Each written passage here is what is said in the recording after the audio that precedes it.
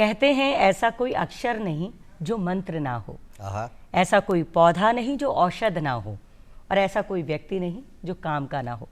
बस ज़रूरत है एक कोशिश की, लगन की, अटल हौसले की, और सबसे ज़्यादा मेरे ख्याल से ज़रूरत है डिसिप्लिन की, अनुशासन की। अगर ये सब हमारे जीवन में होगा और हम इन सबको साथ लेकर चलेंगे, तभी तो कमाएंगे दुनिया में नाम, मान और सम्मान। और जीजी भाई दोनों मिलकर कहेंगे जय जय राजस्थान, अलबेलो राजस्थान। और ये है मेरी प्यारी जीजी अनीता प्रधान। और आने तो थी जानो ही छो मारो छोटो सो प्यारो सो भाइयों अजर। जीजी एक बात और कही जावे ना, कहीं कि मेहनत करो अशी अपार, हाँ, मेहनत करो अशी अपार कि सफलता रो वह यशोगान। क्या ही बात है। मेहनत करो अशी अपार कि सफलता रो वह यशोगान। फिर सागे जीजी भाया काई पूरो जमानो के जय जय राजस्थान, अलबेलो राजस्थान। और आज अलबेलो राजस्थान दी अलबेली कड़ी है जीजी। हाँ। और जीजी थाने एक बात और बता दूं मैं, अब बाहर में काल देख रहे हो, हाँ। तो यहाँ देखो मैं कि 18 से तो सर्दी जारी, हाँ, और 18 से गर्मी आ रही आपस में, आ रही हाँ। फिर दोनों आपस में टकरा गई, टकरार अंडे आ गई। नहीं मैं बता दूं था ना थोड़ी सी मार करने भी आ गई। हाँ। लेकिन होयो कहीं, हाँ। मैंने फिर यहाँ समझ में आयो कि यहाँ के टकराव के बीच अब आज दोनों नहीं समझ में कौन आ रही हो। हाँ। कि कुण तो आ रही छी, हाँ। और कुण जा रही छी। तो मैंने यहाँ लाग रहे कि मौसम जो है ना, हाँ। इको थोड़ो सो थे भी रखो ध्यान जदी तो कह पाओला माँ के सागे जय जय राजस्थान, अलबेलो राजस्थान।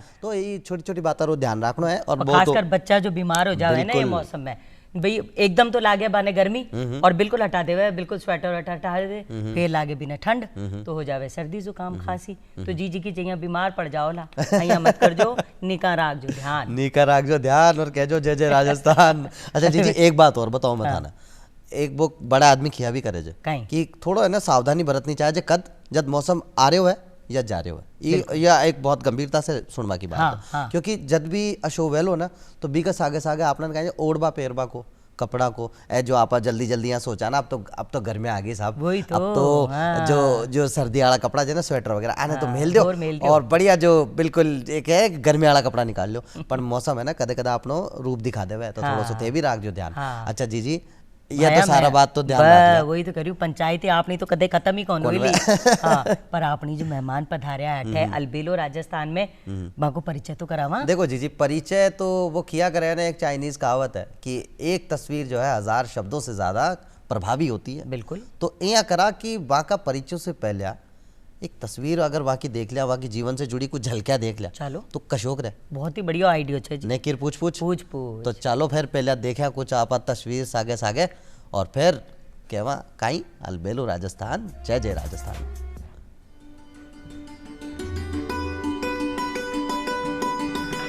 आज तो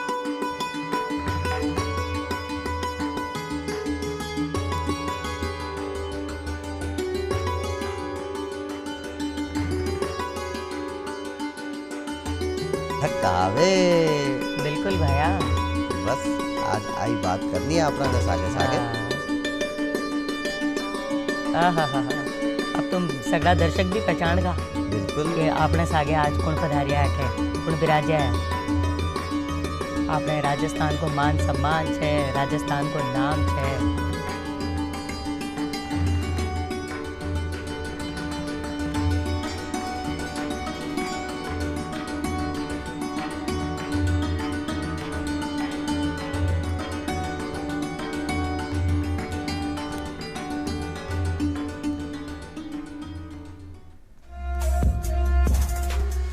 तो जीजी पहचान का कौन पहचाना था? नहीं तो कौन देखो बाकी जीजी का ही फील्ड की है। सबसे पहले तो ये बता दूं। अरे तो जिया मैं थारी जीजी, मैं आई हो हमारी जीजी। अरे वाह। और एक बात और बता दूं सागे सागे, देखो भैया तो कहीं से देश विदेश में प्रस्तुति देर आप खूब नाम भी रोशन करी जाए और खूब मंचारी शोभा भी बढ़ाई जाए, और आज आपना मंच की शोभा बढ़ा बाड़ी जाए। तो देखो ये सब बड़ी कहीं बात वाली। और आओ मिलर स्वागत करा प्रख्यात कथक गुरु और प्रशिक्षिका मंजरी किरण जीरो महाजनी। बिल्कुल जी था बहुत बहुत घणो घणो स्वागत, अभिनंदन ये मंच कमाए।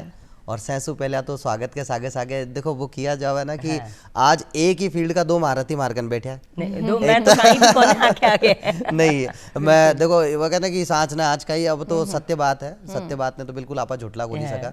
एक परफॉर्मर माँ का सागे बैठी है, माँ का पड़ोस में, एक माँ का सामने बैठी है। और आज वो मंच जो है ना वो अपना आप में जो मैं कह रही हूँ ना शुरू से कि कथा कहे सो कथक कहावे। और कथा के बारे की आज जो बात है, मतलब मैं सुनतो जीजी और मैं कटे पढ़ियो भी हो कि प्राचीन दौर में जब कोई मंदिर सु कोई कहते कि कोई प्राचीन दौर में कोई पौराणिक कथा कोई कहतो ना तो बिना कथक कहता है ना। और आम कितनी सच्चाई है, इको उद्भव बठे सुई हुयो कथक नृत्य को। बिल्कुल। तो आज तो अति एक मतलब कहती प्रख्यात प्रस्तुति देवाली भी और बिगस आगे सागे लोगों ने न सिर्फ सिखावाली बल्कि वागे जीवन में कथक को रस घोलवाली बिल्कुल एक अच्छी शख्सियत अपने सागे बैठी है। तो सैसु पहले मैं आज से भी वही एक छोटी सी गुजारिश करूं, मैं तो देखो सैसु में सब मैं जूनियर हूं ना तो कि मैं कर भी सकूं ना। बिल्कुल, तो एक छोटो भाई हो था सा वो गुजारिश करवो चाहे कि आज रा प्रोग्राम की जो शुरुआत है ना वो कुछ कथक की भाव भंगिमा के साथ में है। तो आज जो ये माहौल है ना वो बिल्कुल कथक का रंग में रम जाओ। सबसे पहला थे दोनों का बात सुनकर मैंने लगा कि मैं भी थोड़ा सा राजस्थानी में बात कर क्या बात है। तो मैंने यहाँ आमंत्रित करन खातर दूरदर्शन को बहुत बहुत आभार और सभी दर्शकों को मारा प्रणाम। क्या बात है जी। हाँ। इस सुंदर प्रोग्राम में अलबेलो राजस्थान। अलबेलो राजस्थान आपने कहा कि कुछ एक प्रस्तुति से शुरुआत की जाए तो सुबह का समय है तो मैंने सोचा एक वंदना कृष्ण वंदना से हम शुरुआत करें। तो उसके शब्द है फुल्लेंदीवर कांति बिंदु वदनम बरहा वतम सत्प्रियम। वाह। तो ये कृष्ण वंदना जी इसकी शुरुआत है और इसके साथ में एक कवित भी हम करते हैं। नदी के तट तीट कदम द्रुम तल नटत नटवर तकत राधा दिनत दिन दिन तकत तक तक अटके दृगनन थई ता थई उमंग झिझिकत लचक थिरकत तंक झिंगन घिड़त नग धिन घेंत धा घिन धा घेत्रक्त धीन धा घेत्रक्त धीन धा घेत्रक्त धीन धा। क्या बात है। वाह वाह वाह वाह क्या बात है। तो वाकई जितनी गरिमा में जो ये प्रस्तुति रही है अपने आप में, इस कविता को जो मैं अंदाज़ा लगा सकता हूँ जब देश विदेश में जो प्रस्तुतियाँ आप देती होंगी तो क्या माहौल होता होगा। मतलब एक जगह बैठकर जो इन्होंने पूरा सार पूरा कृष्णमयी कर दिया पूरा रचित। वाह। हाँ तो जब पूरा तैयार होकर जब ये स्टेज पे आती होंगी और परफॉर्म करती होंगी तो क्या आलम होता होगा। आप सोच सकते हैं। बिल्कुल बिल्कुल बिल्कुल। तो मैम सबसे पहले मैं आपसे ये जानना चाहेंगे, वो कहते हैं कि गुरु बिना ज्ञान नहीं, और कथक जो अपने आप में एक ऐसी विधा है जिसमें गुरु का होना बहुत लाजमी है। बिल्कुल। आज के दौर में ये बात और थोड़ी सी प्रभावी तरीके से यदि आप इसका जवाब देंगी तो लोगों को पता भी लगेगा। तो शुरुआत कैसे हुई कथक से, दो आंखें चार कैसे हुई, आपकी ज़बानी सबसे पहले आपसे जानना चाहेंगे। तो मेरे घर में मेरे पिताजी को म्यूज़िक का काफ़ी शौक था। तो हमारे घर में एक एलपी रिकॉर्ड्स उस वक्त जो चलते थे जी। उनका एक कलेक्शन उनके पास बहुत हमेशा लेटेस्ट कलेक्शन, और सभी जितने भी जैसे भीमसेन जी का पूरा एक कलेक्शन रहता था। मैं सभी राग हमारे घर में, और समय समय पर उनको बजाना, ऐसे उनको बहुत शौक था। तो इसके चलते मेरी माँ ने मुझे बहुत छोटी थी मैं तभी पहले वोकल में डाला था, गाना सीखने जाती थी मैं, और वहाँ भी ठीक ही चल रहा था।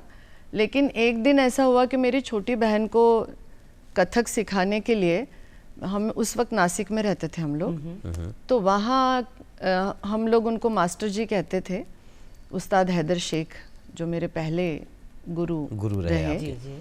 तो उनके क्लास में हम लोग गए और वहाँ लड़कियाँ अपना प्रैक्टिस कर रही थी, क्लास चल रही थी, और वो देख के मुझे इतना इच्छा हुई कि मुझे यही सीखना है। और मैंने वहीं अपने पेरेंट्स को कहा कि मुझे यही सीखना है। तो मेरी माँ मुझे कहती है कि नहीं तुम तो गाना सीख रही हो, तुम गाना सीखो, ये नाच सीखेगी, तो बहुत अच्छा कॉम्बिनेशन शायद उन्होंने सोचा होगा। पर थोड़ी सी देर में मैं उठ के जाके उन लड़कियों के बीच में जाके खड़ी हो गई, ऐसा मुझे ध्यान आता है। और वहाँ से वो नृत्य की यात्रा मेरी शुरू हो गई। क्या उम्र रही होगी उस वक्त? मैं थी कुछ मैं 3rd स्टैंडर्ड में थी, तो 7-8 साल की उम्र में, अंदाजे 8 मैक्सिमम। और वहाँ से जो मतलब सफर शुरू हुआ है वो सफर आज तक जारी है। बिल्कुल जारी और है। उस सफर में बहुत सारे मोड़ ऐसे भी रहे जहाँ बहुत सारे अवार्ड्स भी मिले, उनकी भी हम बात करेंगे। लेकिन फिलहाल आपसे ये जानना चाहेंगे कथक की एक परिभाषा, जिसे अगर मैं एक आम तौर से या मेरे जैसे बहुत सारे जो आज दर्शक हमारे दोस्त हमारे साथ जुड़े हुए हैं वो जानना चाहें कि कथक है क्या, तो कथक की एक परिभाषा यदि आप जैसे गुणीजन के माध्यम से सुनने को मिले तो शायद वो कहते हैं ना कि प्रभावी भी बात होगी और लोगों को समझ भी आएगा। तो क्या कहना चाहेंगे? तो वैसे तो जैसा कि आपने कहा कथा कहे सो कथक, तो ये मंदिरों में एक तरह से जो कीर्तनकार या प्रवचनकार जो होते थे, कथा सुनाते थे, उनके साथ साथ समझ लीजिए कि भाव भंगिमाएं जुड़ती गई, और कुछ जैसे ताल वाद्य है तो वो भी कुछ बोल जुड़ते गए। तो इस तरह से ये कथक का जो आज का रूप है ये धीरे धीरे, और फिर दरबारों का भी प्रभाव इसमें रहा आगे जाकर। तो इस तरह से आज का जो कथक का रूप है जो हम देखते हैं वो इस तरह से कुछ डेवलप हुआ है ओवर द इयर्स। लेकिन मेरे लिए अगर आप पूछेंगे तो मुझे लगता है कि ये एक मेरे लिए एक सेल्फ एक्सप्रेशन है, और ईश्वर से जुड़ने का ये मेरे लिए पूजा है, मान लीजिए साधना है। वाह वाह वाह वाह, बिल्कुल, इसमें कोई दो राय। तो मुझे लगता है कई बार अनीता तुम्हें भी एक्सपीरियंस हुआ ही होगा कि इसके बाद में हमें कोई पूजा अर्चना ये सब करने की जरूरत लगती नहीं है। वाह वाह वाह वाह, तो ये अपने आप में एक नई परिभाषा है। बिल्कुल, और वो कहते हैं ना कि जिस कार्य को जिस विधा में आप पारंगत होना चाहते हैं यदि उसकी एक साधना के रूप में उसे साधते चले जाएं तो उसके बाद ऐसा लगता है कि ईश्वर से सीधे तौर से आपका जुड़ाव हो गया है। बिल्कुल, किसी भी चीज को लेकर हम मैं आप दोनों को भी बता दूं आज की ये मुलाकात बड़ी खास है। वो मुलाकात इसलिए खास है क्योंकि मैं लगातार कहता चला आ रहा हूँ एक दो ऐसे लोग मेरे साथ में हैं। एक तो इतने मतलब कहते हैं कि अपने आप में न सिर्फ देश विदेश में प्रस्तुति बल्कि हाल ही में कुछ जो वेब सीरीज है उनमें भी आप दिखाई भी देने वाली हैं, और आपकी जो आपके स्टूडेंट्स हैं वो भी दिखाई देने वाले हैं वहाँ पे। तो ये अपने आप में बहुत बड़ी बात है। लेकिन साथ ही साथ बात पता है बड़ी क्यों है? क्योंकि आज की खास बात भी यही है। कल जब हमने देखा कि हिंदुस्तान की टीम उस ऑस्ट्रेलिया की टीम जिसने लगातार हमें परेशान किया हुआ था 2023 19 नवंबर, और वो एक ऐसा वो ऐसी तारीख थी जिस तारीख को हम हर एक खेल प्रेमी जो है वो भुला देना चाहता था। लेकिन अब उस तारीख को हम याद रखना चाहते हैं, क्योंकि कहते हैं ना कि विजेता जो है वो अपने आगाज से नहीं अपने अंजाम से पहचाना जाता है, और शायद भारतीय टीम ने वो करके दिखाया है। भारतीय टीम को हम यहाँ पर एक न सिर्फ सलाम देना चाहेंगे बल्कि तीसरी बार लगातार जो फाइनलिस्ट हमारी टीम बनी है चैंपियंस ट्रॉफी, क्योंकि जब आप वर्ल्ड कप जीतते हैं तो आप चैंपियन बनते हैं, लेकिन जब ये टॉप 8 टीम्स आपस में कॉम्पीट करती है तो आप चैंपियंस के चैंपियन बनते हैं। तो अब हम पूरी तरह से आश्वस्त हैं कि रोहित शर्मा की ये ब्रिगेड जो है हमें डेफिनेटली हमारा जो है कहते हैं वो सपना 2025 चैंपियंस ट्रॉफी को जीत कर लाने का वो सपना साकार करती हुई नजर आ रही है। और जीजी मन तो तुम मजा हो गया साकार भाया। काल जब मैं देखो ना वरुण चक्रवर्ती की वह गेंद और शुभमन गिल को वह कैच और ट्रेविस हेड को वो पवेलियन लोड, वो ये तो अनमोल रतन छह अनमोल रतन रत्ना में एक रतन माँ का विराट कोहली साहब 84 रन जो बनाया ना, देखो शतक से भले चूक गा पर शतक से भी बढ़िया मैंने आकी पारी लागी। क्यों कारण का ही को, क्योंकि खास बात आ रही पारी का माए बहुत एक कहते हैं कि जब आप अपनी टीम के लिए अपने देश के लिए 140 करोड़ लोगों की मुस्कुराहट के लिए खेलते हैं तो शायद खेल ऐसा होता है। तो बड़ा ही हमारी पूरी भारतीय टीम और इनके लिए भी जैसे हमारे लिए नृत्य पूजा, इनके लिए भी इनका गेंद और बल्ला यही इनकी पूजा है। इनके ईश्वर हैं, यही पूजा और यही साधना है इनकी। बिल्कुल। हाँ तो भाई आज की खास बात, अच्छा वो भी बता देते हैं। हाँ बिल्कुल बताओ, क्योंकि क्रिकेट की जब बात होती तो मैं तो बह जाता हूँ। नाम अजरुद्दीन है क्या? चलिए आइए तो आज की खास बात क्या है देख लेते हैं।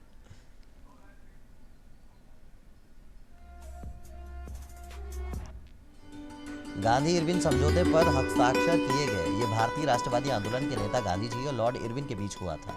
इसने भारत में ब्रिटिश शासन के खिलाफ सविनय अवज्ञा सत्याग्रह की जो शुरुआत हुई थी उसकी शुरुआत हुई थी। एयर मार्शल सुब्रतो मुखर्जी भारतीय वायुसेना के पहले भारतीय कमांडर इन चीफ थे। उनका करियर लगभग 3 दशकों तक चला। जलाल आगा बॉलीवुड फिल्मों में एक भारतीय अभिनेता और निर्देशक थे। जलाल ने पुणे भारतीय फिल्म और टेलीविज़न संस्थान में अभिनय की पढ़ाई की थी। उन्होंने 1960 में रिलीज हुई ऐतिहासिक महाकाव्य मुगल आजम में जहांगीर, जिसे दिलीप कुमार ने वयस्क रूप में किरदार निभाते हुए नजर आए थे, उसका किरदार। और 5 मार्च 1995 और साथ साथ ये खास बातचीत जो चल रही है, चित्त जलू राजीव लोचना एक भारतीय शास्त्रीय नृत्यांगना और फिल्म अभिनेत्री थी। इनका भी आज जन्मदिवस मनाया जा रहा है। उन्होंने 300 से अधिक तेलुगु, तमिल, कन्नड़, मलयालम और हिंदी भाषाओं की फिल्मों में अभिनय किया। 5 मार्च 77 वर्ष की उम्र में इनका निधन हुआ। और 5 मार्च 1851 भारतीय भूवैज्ञानिक सर्वेक्षण GSI की स्थापना हुई। यह भूवैज्ञानिक सर्वेक्षण का और अध्ययन करता है और दुनिया के सबसे पुराने संगठनों में से एक है। यह है 5 मार्च यानी आज की खास बात। और आज की खास बात के साथ साथ आज की खास ये मुलाकात जो हम कर रहे हैं, जिन दर्शकों ने टीवी सेट देरी से खोले उन्हें मैं फिर से बता दूं, मशहूर कथक नृत्यांगना और प्रशिक्षिका और कथक गुरु आज हमारे साथ हैं, जिन्हें लोग मंजरी किरण महाजनी के नाम से जानते हैं। और मैम दीदी एक बात तो मैं पूछना चाहूँगी आपसे, जैसे कथक नाचते हैं सभी, मैं भी बहुत करती थी पहले, अब तो नहीं, फिर भी इतना आप अब तक इतना परफॉर्म कर रही हैं, बहुत सारी चीज़ें कथक में अपन नाचते हैं, लेकिन कोई ऐसी चीज़ होती है जो दिल के बहुत करीब होती है, जैसे चक्कर है या आप भाव कह लीजिए या आप कुछ भी एक गत निकास होते हैं अपने, कितनी सारी चीज़ें होती हैं, आमद है, थाट है, परन है, चक्करदार तोड़े हैं, कौन सी ऐसी चीज़ है जो आपको बहुत प्रिय है? जैसे मैं करती थी तो मैं गुरुजी से बोलती थी मुझसे भाव करा लीजिए आप। अच्छा। ये फुटवर्क मुझसे नहीं होता। लेकिन मेरे लिए शुरू से जो मुझे याद है, रिदम नहीं, मुझे सबसे पहले जैसा मैंने कहा कि मैं उठ के खड़ी हो गई, तो वो भी मुझे याद है क्या चीज़ ने मुझे आकर्षित किया था। तो वो रिदम था जो कथक में बहुत लय ताल पक्ष काफ़ी मजबूत रहता है, तो और बहुत अच्छी तरह से नर्तक उसको प्रस्तुत भी करते हैं, उसमें बहुत सारे आयाम भी उसके बन जाते हैं। तो ये ताल पक्ष मेरे हमेशा दिल के करीब रहा है। अच्छा, मैंने आपसे पूछा था कि गुरु बिना ज्ञान नहीं जी, और वो कहते हैं ना कि शुरुआती दौर में तो जैसा आपने बताया कि हैदर साहब से आपने जो शुरुआती प्रशिक्षण लेना शुरू किया, लेकिन उसके बाद जो असल प्रशिक्षण की जब बात आती है, जो यूँ कहें कि हम अपने आप को तराशना शुरू करते हैं, वहाँ फिर आपको गुरुजी मिले और उनके बारे में आपसे जानना चाहेंगे। आप ही की ज़बानी, हालांकि मुझे पता है, लेकिन आपकी ज़बानी में जानना चाहूँगा। प्रॉपर जो गंडा बंधन करके जब हम शागिर्द बनते हैं।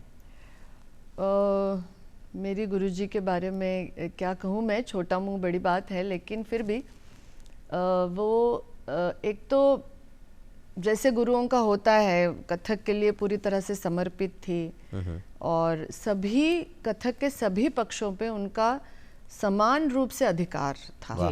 जैसे ताल, लय, अभिनय और अंग भाव और मैटर, सब हर तरह से उनका समान अधिकार था। वो स्वयं एक बहुत कुशल नृत्यांगना थी और बहुत सहृदय गुरु थी।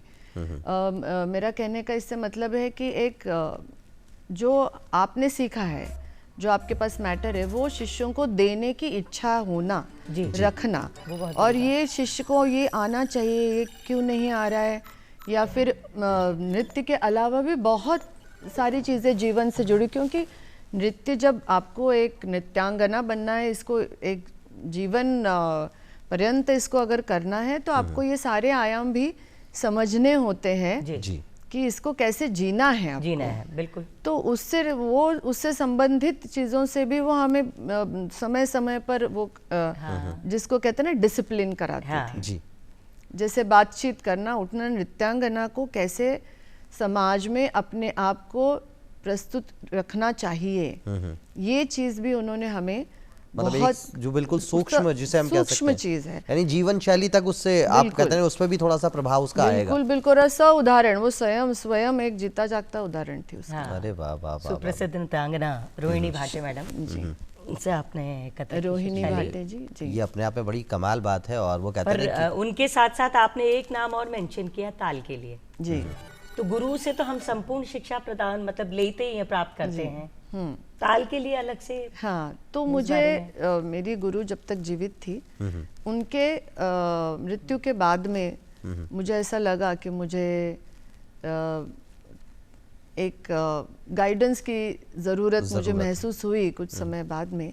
तो मेरे सामने एक ही नाम था, पंडित पद्मश्री पंडित सुरेश तळवलकर जी, तो जिनके पास ताल लय का सूक्ष्म वो पक्ष सीखने के लिए मैं अभी भी जाती हूँ और बहुत कुछ सीखने को मुझे मिलता है। आज भी इस उम्र में अगर उन्होंने 9 बजे का समय तय हुआ है तो वो आएंगे और सीधा अपनी जगह पर बैठकर सीधा काम शुरू होता है। वाह वाह वाह वाह, ये एक बहुत बड़ा संदेश है। तो ये तो इस ये तरह से मैं माफी चाहूंगा, मैं बात काट रहा हूँ, लेकिन ये मैं मतलब खुद भी अंदाजा लगा पा रहा था जी। आज स्वयं आप एक प्रशिक्षिका हैं, स्वयं आप प्रशिक्षण देती हैं, बावजूद उसके जब भी आपको कुछ और लगता है कि वो कहते हैं ना ज्ञान का सागर है, अथाह सागर है, और उसकी और भी मतलब जिसके और गहराई में उतरना है और गोता लगाना है, उसके लिए आप खुद भी प्रशिक्षण लेती भी हैं। ये बहुत बड़ी बात है। बिल्कुल। या वो कहते हैं ना कि हमारे यहाँ अधजल गगरी छलकत जाए, कुछ वैसा सा हम देखते हैं, थोड़ा सा कुछ हमें आता है और हम बहुत कुछ बखान कर जाते हैं, लेकिन जब आप जैसी शख्सियत को देखते हैं तो ऐसा लगता है कि सीखने का दौर जो है ना वो कभी खत्म नहीं कभी नहीं खत्म होता है, सीखते रहना होगा। क्या बात है, बहुत और देख खूबसूरत एक प्रस्तुति थाने दिखाऊं मैं निका, आओ तो फिर देख जो कहीं यहाँ जीजी भाई नाचे हमारी, चलो। तो दर्शकों को लिए भी सुंदर सी प्रस्तुति है।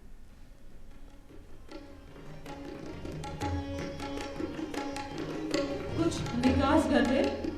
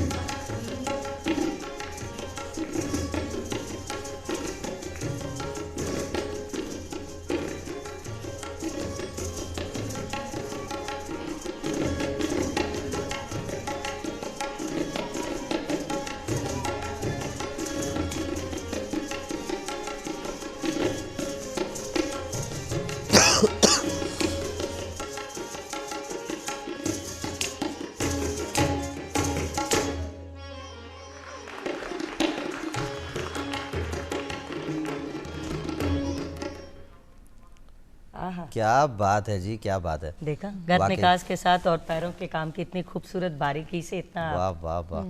तो ये विशेषता है दीदी की जी, जो बारीकियां होती हैं, जो खूबसूरती होती है ना, कैसे उनको उठा के और अपनी टोकरी में रखना और फिर उन सबको मिला के एक माला बनाना और सुंदर सी माला का प्रदर्शन अपने डांस के थ्रू करना। क्या बात है। और इतनी गरिमा में प्रस्तुति हमने जब देखा कि इतने बहुत गरिमा के साथ, बहुत वो एक एक मतलब कि भाव भंगिमा के साथ साथ लय का, ताल का, हर एक बात का बहुत बारीकी से ख्याल करना। और इसे क्या कहते हैं, घट निकास, गत निकास, जो कथक की विशेषता भी है। कथक नृत्य की जैसे हमारी जो बहुत सारी शास्त्रीय शैलियां हैं, शास्त्रीय नृत्य शैलियां भारत में है, तो गत निकास कथक की अपनी विशेषता है। क्या बात है, दूसरी शैलियों में नहीं आपको देखा। और वैसे भी जो शास्त्रीय संगीत की जब बात की जाती है, और संगीत जिसको कहा जाता है कि अपने आप में एक जिंदा जादू का खिताब लोग देते हैं जब संगीत की बात करते हैं, अच्छे अच्छे जानकारों ने कहा है, जहाँ गायन, वादन और नृत्य तीनों ही शामिल होते हैं।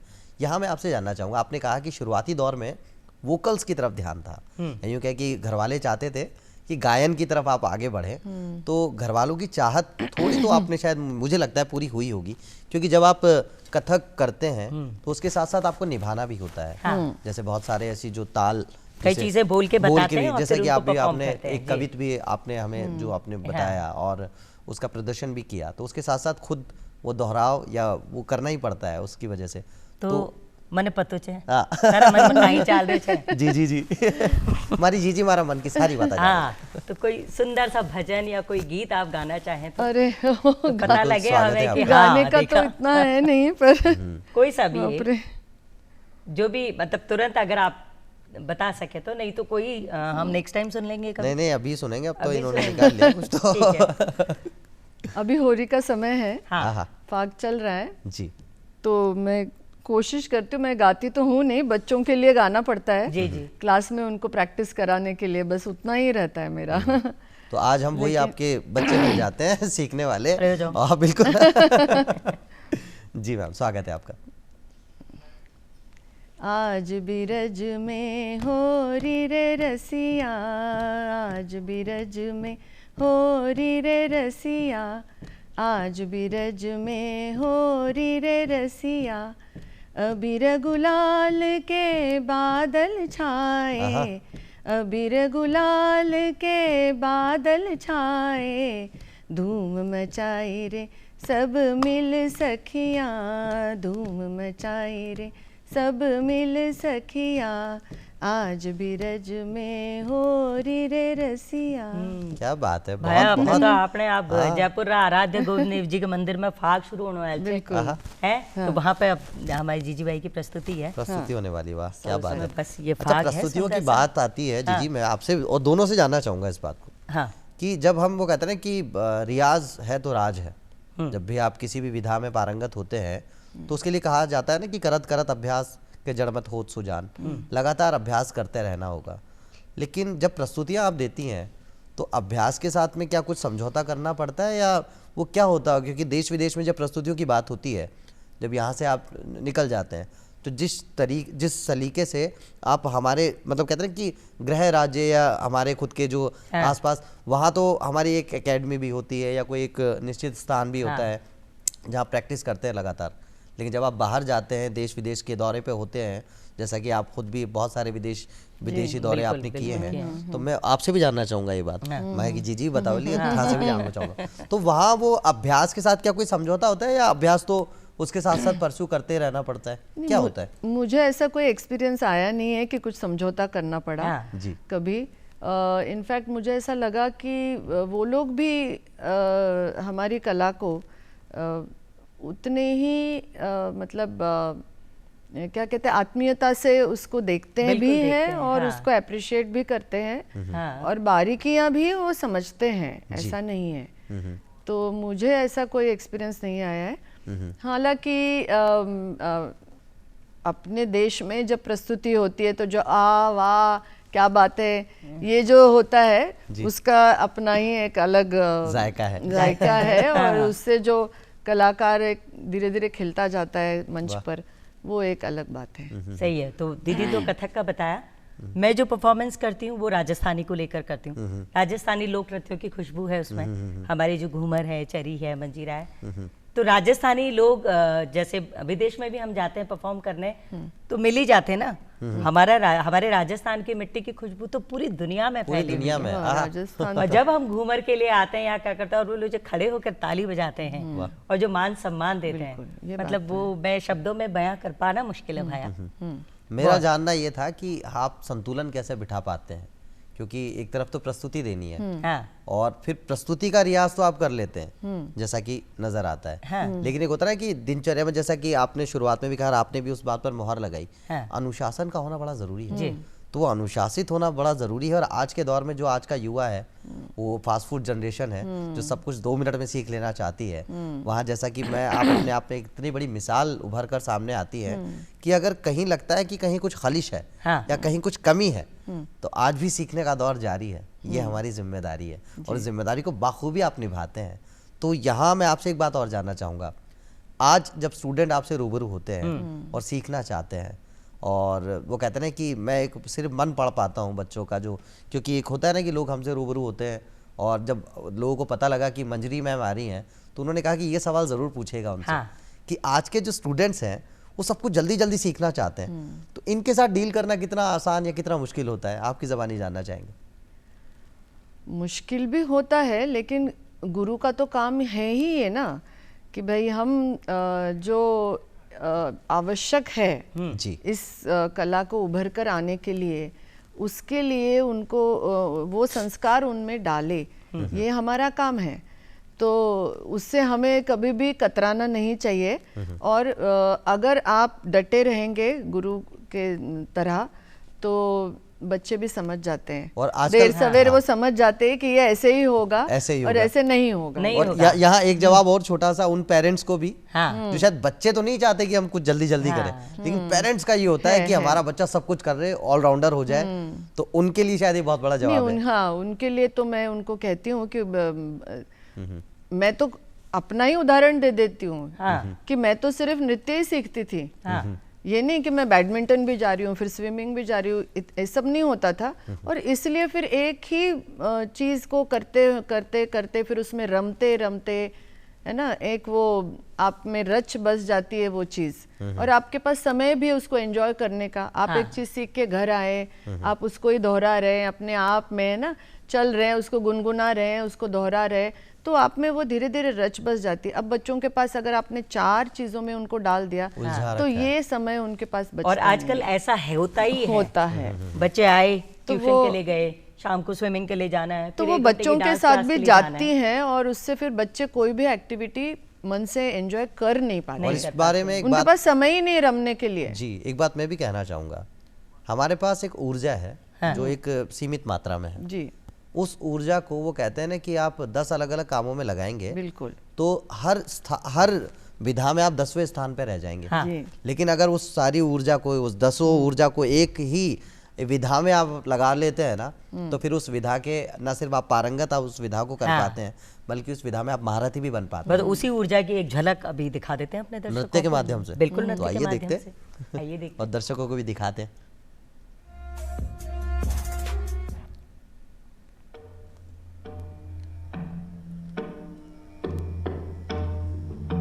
ये आपकी स्टूडेंट्स की परफॉर्मेंस है। जी।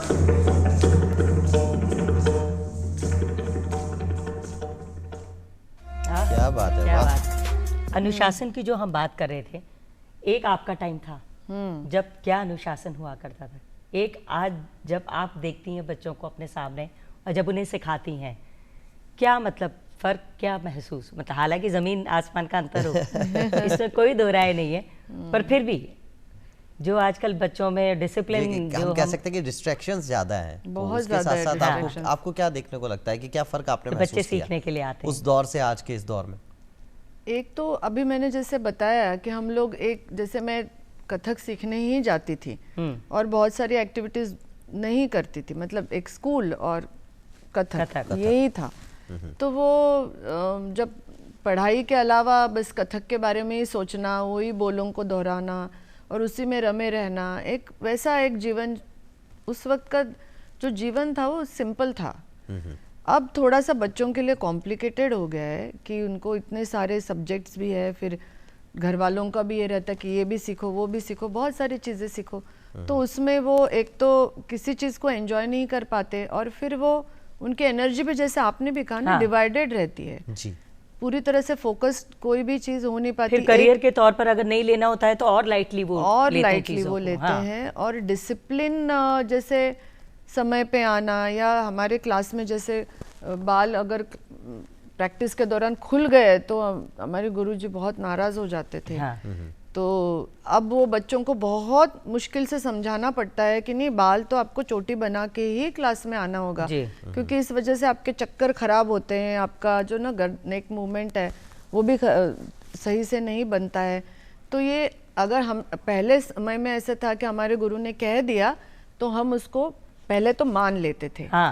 पहले उस पर सवाल जवाब नहीं करते थे जी, हम पहले उसको मान लेते थे, फिर खुद ही सोचते थे कि ऐसा उन्होंने क्यों कहा होगा जी, और उसके बाद भी नहीं समझ आया तो ही अपना मुंह खोलते थे। हाँ। अब ऐसा नहीं होता है, अब पहले सवाल जवाब होता है और उनको सारी चीज समझानी पड़ती है, फिर उनको वो समझ में आती है धीरे धीरे कि हाँ ये इसकी वो पेशेंस, वो धैर्य नहीं रहा ना। हाँ, वो भी धीरज धरना बहुत जरूरी है। वही होता है ना, सब कुछ जल्दी सीख लें भाई, कितने दिन में सीख लेंगे मैम हम? ये कब तक कराएंगे आप? ये तो हमने कर लिया था। प्रोग्राम मंच पे कब आएगी हमारी? कब आएंगे हम? पेरेंट्स को भी रहता है बच्चों के साथ साथ में प्रोग्राम कब होगा। और वो कहा भी तो जाता है, स्वामी विवेकानंद जी ने कहा था कि सफलता जो है वो क्षण भर में भरी कोई उड़ान नहीं होती, इसके पीछे संघर्षों का लंबा इतिहास छुपा होता है। बस उसको और समझना जीजी बहुत ये एक जरूरी है। मैसेज आ रही है जीजी मार्कन लगातार। हाँ, मैं देख रही हूँ जब से तू मोबाइल ही देख रहा हाँ, है। तो वो एक युवा साथी है जुड़वो चाह रहे है, तो जोड़ लिया भी ना पहले, तो जोड़ो पहले। तो आओ पहले जान लिया काहे के वो चाह रहे हाँ, हो। आओ, गबा के आपको मन की बात दिखाते भी हैं। सुना देगा। नमस्कार अतुल भाई, नमस्कार वृंदा जी, नमस्कार मंजरी मैम, नमस्ते। अलबेलो राजस्थान के सभी दर्शकों को देवांश का लखनवी आदाब। आदाब। आज मैं और मेरे साथ पूरा मेरा भारत बहुत खुश है। हाँ, हम चैंपियंस ट्रॉफी के लगातार तीसरे बार फाइनल में पहुंचे हैं क्या और बात? उससे भी बढ़ के हाँ। अब हमने लगातार ऑस्ट्रेलिया को 2 बार आईसीसी इवेंट्स में हरा दिया है। वाह। ये जो टीम इंडिया है ना, ये 1 2 3 4 खिलाड़ियों पे नहीं, ये पूरे 11 खिलाड़ियों से लड़ाई लड़ रही है। मैं सारे नाम लूंगा, आप बताइए किसने कंट्रीब्यूट नहीं किया है। शुभमन गिल, रोहित शर्मा, विराट कोहली, श्रेयस अय्यर, केएल राहुल, हार्दिक पांड्या, रविंद्र जडेजा, मोहम्मद शमी, वरुण चक्रवर्ती, कुलदीप यादव, अक्षर पटेल, एक एक बंदे ने टीम को अपना 100% दिया है। और फाइनल में हमारा मुकाबला चाहे न्यूजीलैंड से हो चाहे साउथ अफ्रीका से हो, डरने वाली बात नहीं है। 11 की जगह 22 आ जाए, जीत अपनी होती रहेगी। चैंपियंस ट्रॉफी दुबई से इंडिया आने वाली है, निश्चित तौर पे हमारा आने काम क्या वाली है, है। अपनी जो सकारात्मक ऊर्जा है, पॉजिटिव वाइब्स है, वो स्प्रेड करें। विशेष में है टीम इंडिया की दुआओं में टीम इंडिया की जीत मांगे।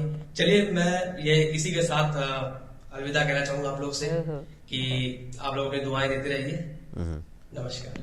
नमस्कार। नमस्कार। तो देखो, नृत्य के साथ साथ जो ये खुशी है ना भारतीय हाँ। टीम की जीत की, और वहां भी वो लगातार जिद तो इन्होंने की आने की, हाँ। लेकिन इसके साथ साथ एक अच्छी बात बताऊंगा, ऊर्जा की बात इन्होंने भी की, हाँ। अनुशासन की बात इन्होंने भी की, और टीम वर्क की बात इन्होंने भी की। मैं आपसे भी ये जानना चाहूंगा, प्रस्तुतियां आप देती रही और उसके लिए लगातार आपको पुरस्कृत भी किया गया। आज जब भारतीय टीम जब कहते हैं ना कि फाइनल में पहुंच जाती है तो हमें पता है कि पुरस्कार मिलने वाला है। हाँ। आपसे भी यही जानना चाहूंगा, पुरस्कार जब आपको अपने जीवन में मिलते हैं और उस काम के लिए जिसे आप शिद्दत से करना चाहते हैं, स्कूल से घर आना, उसके बाद सिर्फ कथक के बारे में सोचना, तो जब पुरस्कृत आप हुई तो कैसा रहा, और वो कौन सा ऐसा पुरस्कार? हाँ, पहला जो दिल पुरस्कार के, जब हाँ, मिला, पहला पुरस्कार जब जो दिल मिला। के बहुत करीब भी रहा हो, ऐसा हाँ, कोई पुरस्कार? पहला पुरस्कार तो श्रृंगार मणि था। हाँ। जी। जो मुंबई में मुंबई में, ये बिल्कुल। बीच में जो है मेरी गुरुजी है रोहिणी जी, हाँ। और आप मृणालिनी साराभाई जी है, हाँ। सितारा देवी जी यहाँ उपस्थित है, वाह वाह वाह। और ये इतने गुणी जनों के हाँ, साथ, ये इतने पहला पुरस्कार महारथियों के बीच में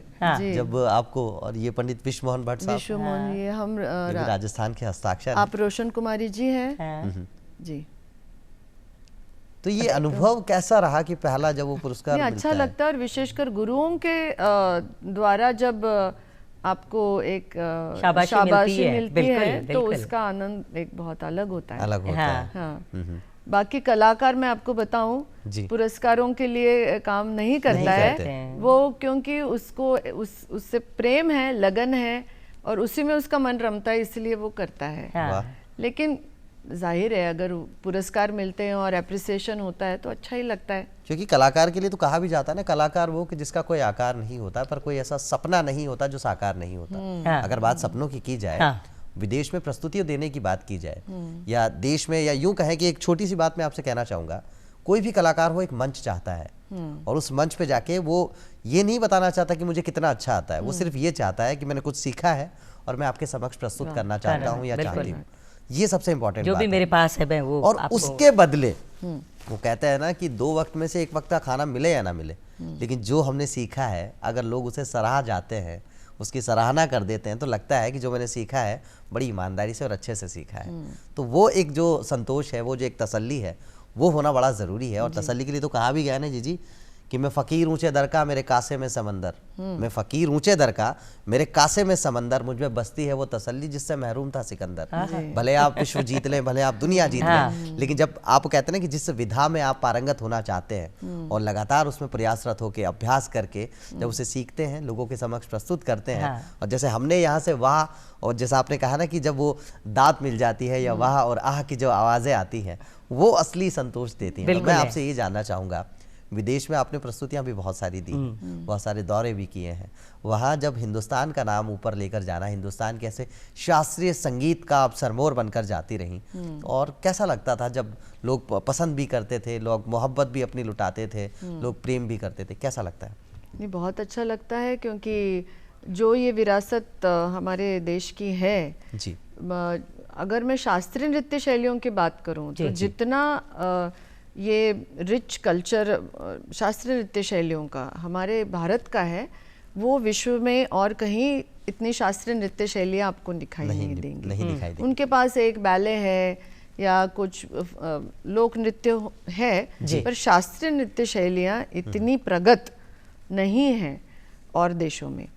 तो ये हमारे भारत की विशेषता है, और जब मुझे अपने आप पे गर्व होता है कि मैं उनमें से एक शैली में मैं पारंगत हूँ या होने की कोशिश कर रही हूँ लगातार, तो या उसका हिस्सा भी हूँ तो भी हिस्सा हूँ मैं उसका, ये बहुत बड़ी बात है। हिस्सा हूँ मैं। नहीं, वो कहते हैं ना कि जैसे परिवर्तन जो है वो संसार का नियम है जी।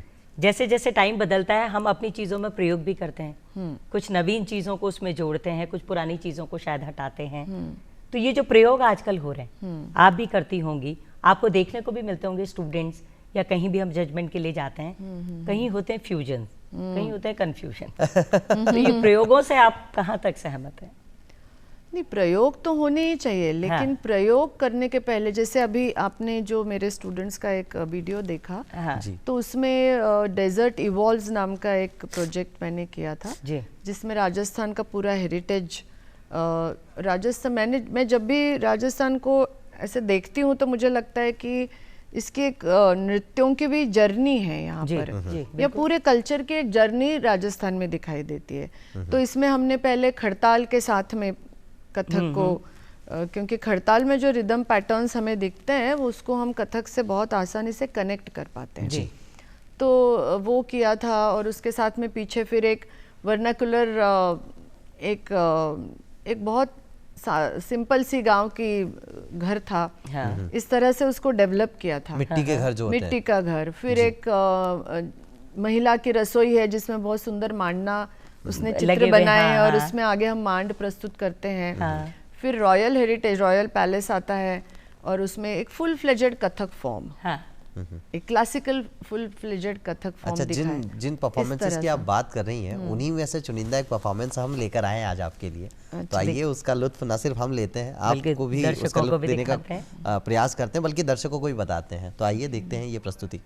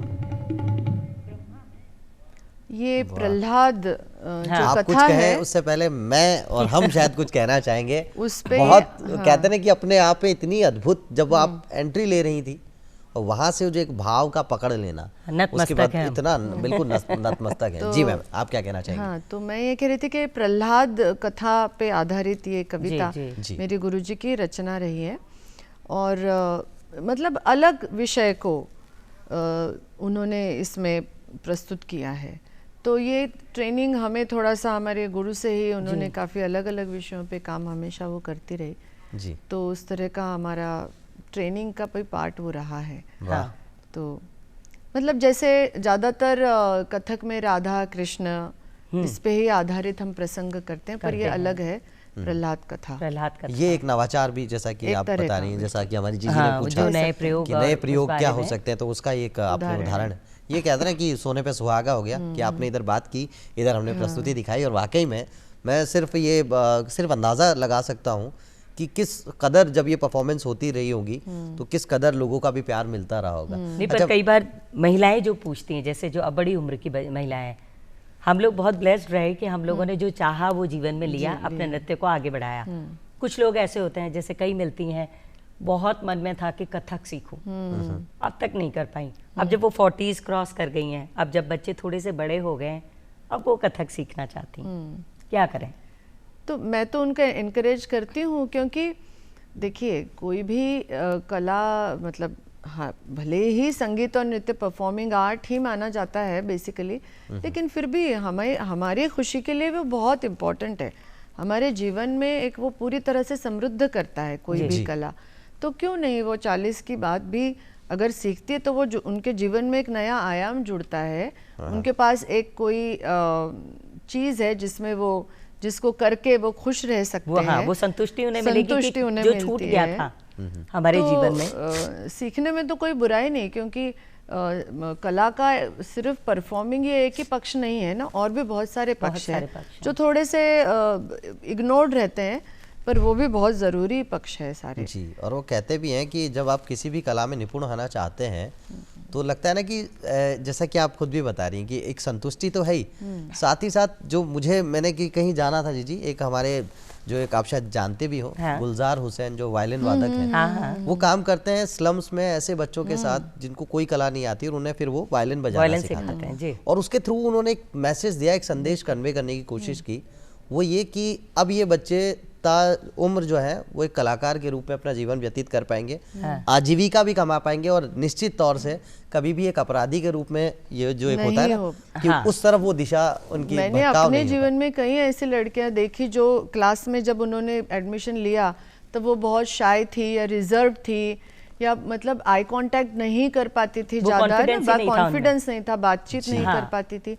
तो उनकी एक अलग ग्रूमिंग भी हुई है जी। उनके पेरेंट्स, मतलब आज वो भले ही कथक को एज ए करियर नहीं कर रही हो, लेकिन वो लोग हमेशा इस बात से बहुत ऋणी रहते हैं कि कथक ने उनको क्या दिया, उसके जीवन में जो आयाम जोड़ दिया है उसके लिए वो हमेशा उसके वो रहते हैं, उस चीज को अप्रिशिएट करते हैं वो लोग। हाँ, पर तो ये बहुत सारे आयाम हैं। हाँ। इस अनुशासन के जरिए बहुत कुछ जिंदगी में ना सिर्फ सकारात्मक होता है बल्कि लगातार होता चला जाता है। क्या बात है। अच्छा मैम, एक बात कही जाती है, फनकार होने से पहले आपको अच्छा सुनकार होना जरूरी है, और आजकल जब हम देखते हैं बच्चों में, जैसा कि जीजी भी लगातार कहती चली आ रही हैं कि जल्दी से सिखा दो मैम, कितने दिन में परफॉर्म कर लेंगे। वो जो YouTube पे वीडियोस देख के आजकल बच्चे सीख लेते हैं और समझते हैं कि हम बहुत अच्छे डांसर बन गए हैं। जी। किससे सीखा? कोई गुरु नहीं है, बस ऐसे ही YouTube से सीख लिया। उन बच्चों के लिए भी कोई संदेश, और वो जो सुनकार और फनकार होने की बात है, उस माध्यम से यदि आप कुछ बताना चाहें।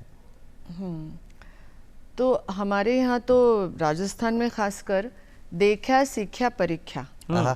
पहले आप देखते हैं, फिर आप उसकी तरफ आकर्षित होते हैं, फिर आप सीखते हैं और फिर आप उसको परीक्षा यानी उसका चिंतन करते हैं या उसका मनन करते हैं या उसको अपनाते हैं। हाँ। जी। अपना बनाते हैं उस कला को।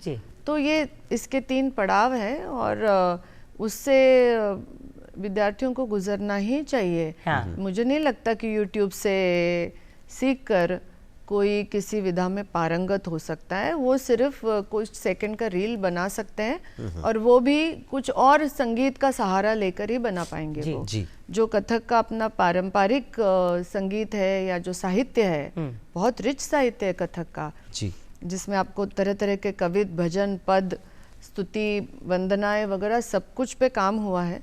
तो उस साहित्य को वो कभी भी तक पहुंच भी नहीं पाएंगे और इस तरह से वो एक परंपरा का हिस्सा नहीं बन पाएंगे। वो अधकचरा सा ज्ञान उनके पास बिल्कुल, और वो सिर्फ एक उनको अपने आप को प्रोजेक्ट करने का एक जरिया होगा जी। तो वो और उसमें कथक के लिए थोड़ी सी हानि भी मुझे दिखाई देती है कि कथक की जो परंपरा है, उसकी जो गरिमा है, उसका जो अपना एक डिसिप्लिन है, शास्त्र है जी, उस सबको भी थोड़ा सा वो हानि पहुंचाते हैं जी।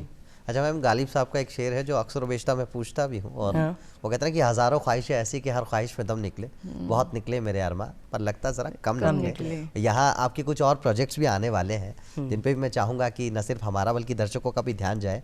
तो वो प्रोजेक्ट्स क्या क्या है, और एक बहुत ही फेमस जो अभी एक वेब सीरीज़ रही है उसमें भी वो आप ही की ज़बानी जानना चाहेंगे क्या कुछ है?